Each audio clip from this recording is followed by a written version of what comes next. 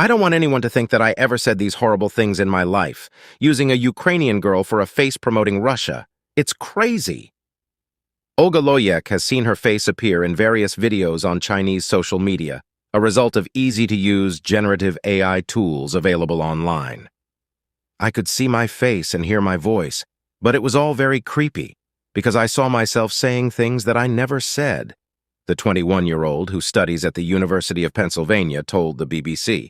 The accounts featuring her likeness had dozens of different names like Sophia, Natasha, April, and Stacy. These girls were speaking in Mandarin, a language Olga had never learned.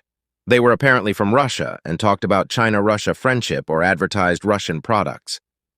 I saw like 90% of the videos were talking about China and Russia, China-Russia friendship, that we have to be strong allies as well as advertisements for food. One of the biggest accounts was Natasha Imported Food, with a following of more than 300,000 users. Natasha would say things like, "Russia is the best country.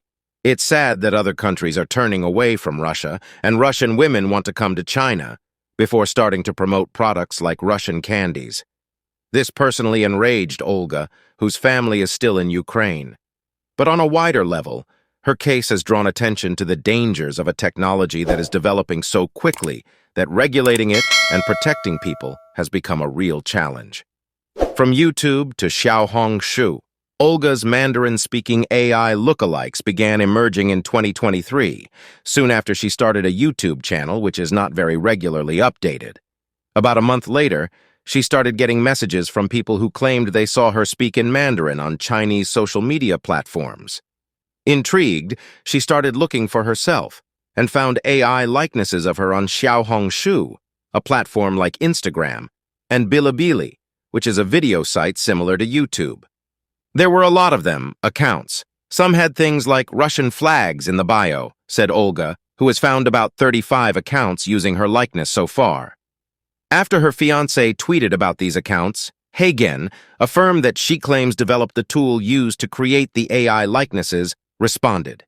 They revealed more than 4,900 videos have been generated using her face. They said they had blocked her image from being used anymore.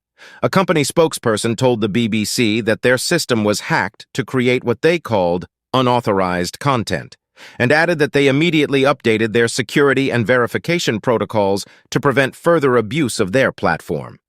But Angela Zhang of the University of Hong Kong says what happened to Olga is very common in China.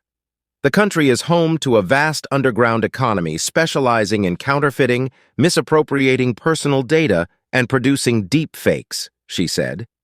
This is despite China being one of the first countries to attempt to regulate AI and what it can be used for.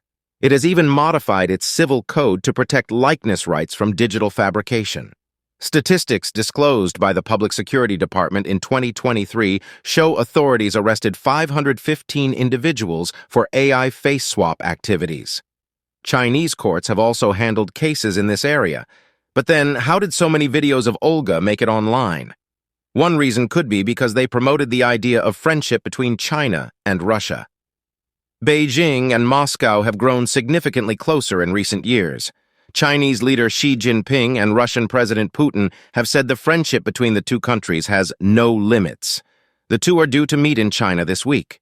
Chinese state media have been repeating Russian narratives justifying its invasion of Ukraine, and social media has been censoring discussion of the war. It is unclear whether these accounts were coordinating under a collective purpose, but promoting a message that is in line with the government's propaganda definitely benefits them, said Emmy Hein, a law and technology researcher from the University of Bologna and KU Leuven. Even if these accounts aren't explicitly linked to the CCP, Chinese Communist Party, promoting an aligned message may make it less likely that their posts will get taken down. But this means that ordinary people like Olga remain vulnerable and are at risk of falling foul of Chinese law, experts warn. Kayla Blomquist, a technology and geopolitics researcher at Oxford University, warns that there is a risk of individuals being framed with artificially generated, politically sensitive content, who could be subject to rapid punishments enacted without due process. She adds that Beijing's focus in relation to AI and online privacy policy has been to build out consumer rights against predatory private actors, but stresses that citizen rights in relation to the government remain extremely weak. Ms. Hein explains that the fundamental goal of China's AI regulations is to balance maintaining social stability with promoting innovation and economic development.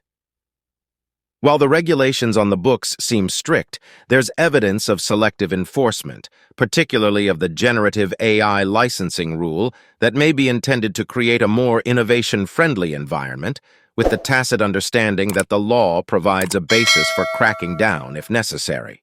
She said, "Not the last victim." But the ramifications of Olga's case stretch far beyond China. It demonstrates the difficulty of trying to regulate an industry that seems to be evolving at breakneck speed, and where regulators are constantly playing catch-up. But that doesn't mean they're not trying. In March, the European Parliament approved the AI Act, the world's first comprehensive framework for constraining the risks of the technology. And last October, U.S. President Joe Biden announced an executive order requiring AI developers to share data with the government. While regulations at the national and international levels are progressing slowly compared to the rapid race of AI growth, we need a clearer understanding of and stronger consensus around the most dangerous threats and how to mitigate them, says Ms. Blomquist. However, disagreements within and among countries are hindering tangible action. The U.S. and China are the key players, but building consensus and coordinating necessary joint action will be challenging, she adds. Meanwhile, on the individual level, there seems to be little people can do short of not posting anything online. The only thing to do is to not give them any material to work with, to not upload photos, videos, or audio of ourselves to public social media, Ms. Hein says. However, bad actors will always have motives to imitate others, and so even if governments crack down, I expect we'll see consistent growth amidst the regulatory whack-a-mole. Olga is 100% sure that she will not be the last victim of generative AI, but she is determined not to let it chase her off the internet. She has shared her experiences on her YouTube channel and says some Chinese online users have been helping her by commenting under the videos using her likeness and pointing out they are fake. She adds that a lot of these videos have now been taken down. "I wanted to share my story. I wanted to make sure that people will understand that not everything that you're seeing online is real," says she. "I love sharing my ideas with the world, and none of these fraudsters can stop me from doing that." Kindly like, subscribe, and share your thoughts in the comments section.